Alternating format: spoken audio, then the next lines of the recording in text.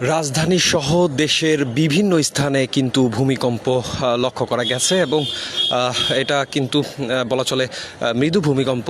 কিছুক্ষণ আগেই কিন্তু এই ভূমিকম্প হয়েছে। এখন এটার উৎপত্তিস্থল এখন পর্যন্ত আমরা জানতে পারিনি। আশা করি কিছুক্ষণের মধ্যে আপনাদেরকে আপডেট দিয়ে দিব। সরাসরি সংযুক্ত রয়েছে আমি মাহবুব রহমান শান্ত, দৈনিক আজকের বাংলা ফেসবুক পেজ থেকে। আপনারা দেখতে পাচ্ছেন যে রাজধানীতে এবং বিভিন্ন স্থানে কিন্তু মৃদু ভূমিকম্প লক্ষ্য করা গেছে।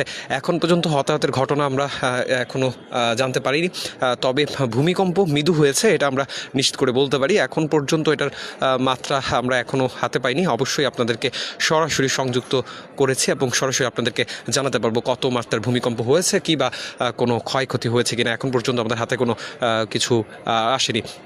আপনাদেরকে জানিয়ে দিতে চাই, সবার আগে কিন্তু দৈনিক আজকের বাংলা ফেসবুক পেজ থেকে আপনাদের লাইভে সংযুক্ত রয়েছি আমি মাহবুব রহমান শান্ত, এবং আপনারা দেখতে পাচ্ছেন দৈনিক আজকের বাংলা ফেসবুক পেজ থেকে সরাসরি। এবং কিছু দিন আগেও কিন্তু ভূমিকম্প হয়েছিল এবং এটার উৎপত্তিস্থল ছিল ঢাকার সাভার এবং হচ্ছে যে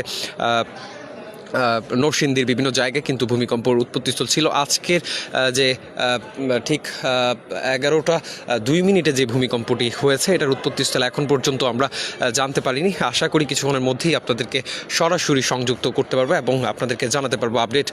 এই পর্যন্ত আমাদের সঙ্গে থাকুন এবং যুক্ত থাকুন দৈনিক আজকের বাংলার ফেসবুক পেজ থেকে। সবার আগে নিউজ আপডেট পেতে দৈনিক আজকের বাংলা ফলো আপ করে রাখুন। ধন্যবাদ আপনাদেরকে। আল্লাহ হাফেজ।